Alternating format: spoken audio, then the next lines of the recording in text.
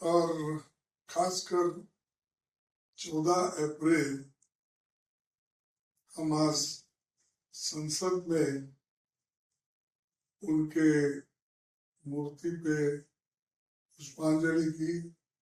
फिर उसके बाद में यथा प्रकार जो पहले 11 बजे डॉक्टर बाबा साहब अम्बेडकर की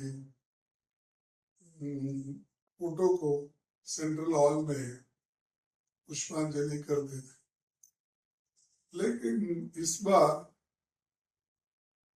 9 बजे ही उन्होंने डिक्लेयर किया और 9 बजे डिक्लेयर करने के बावजूद भी हम लोग वहां रहे, लेकिन प्रधानमंत्री जी सेंट्रल हॉल में नहीं पहुंच सके।